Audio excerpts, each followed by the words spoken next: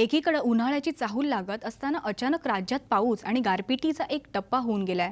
येत्या 4 ते 5 दिवसात राज्यात पुन्हा गारपीट आणि अवकाळी पावसाची शक्यता वर्तवण्यात येते. याबाबत आपण ज्येष्ठ कृषी हवामान तज्ज्ञ डॉक्टर रामचंद्र साबळेंकडून हवामानाचा अंदाज जाणून घेणार आहोत. साबळे सर, स्वागत आहे तुमचं. सर, येत्या शनिवारी गारपिटीचा अंदाज वर्तवण्यात येतोय, काय सांगाल तुम्ही? महाराष्ट्रासह संपूर्ण भारतावर 1012 हेक्टोपास्कल इतका कमी हवेचा दाब राहणार आहे. तापमानात वाढ होताच हवेचा दाब कमी होतो.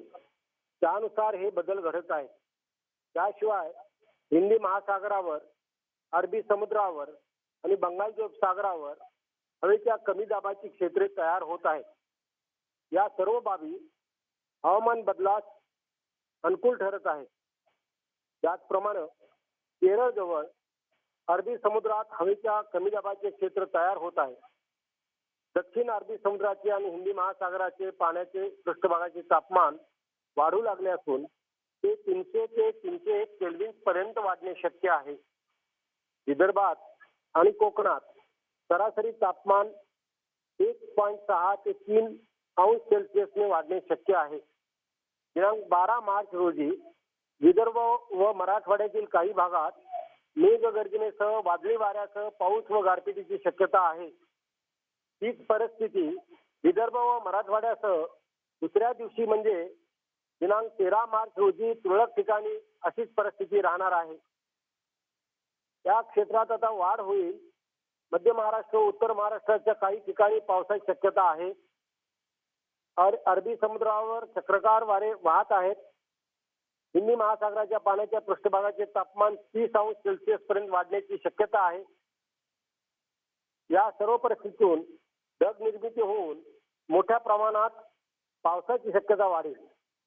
त्यामुळे उत्तर महाराष्ट्रातील धुळे, नंदुरबार, जळगाव या जिल्ह्यात दिनांक 13 रोजी 4 ते 6 मिलीमीटर पावसाची शक्यता आहे.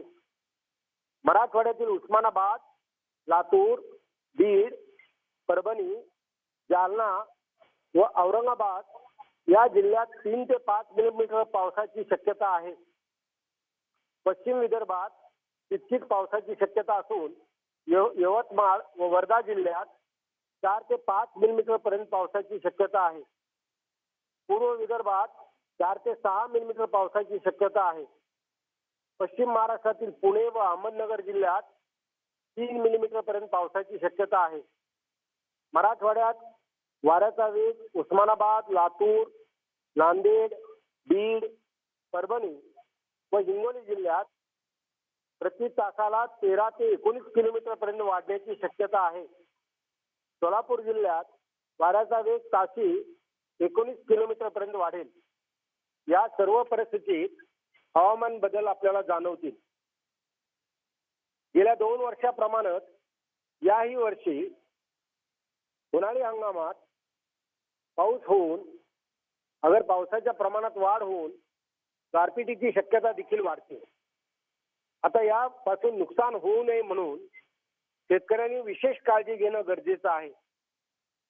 प्रामुख्यानं द्राक्ष पिकाची शेती असलेल्या शेतकऱ्यांनी आपले पीक जर परिपक्व झाला असेल तर मार्केटला माल पाठवण्याची ताबडतोब योजना आखावी.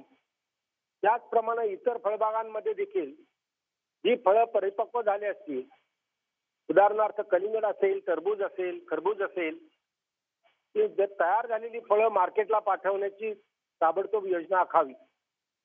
त्याचप्रमाणे डाळिंब आणि इतर पिकांच्या बाबतीतही काळजी घ्यावी.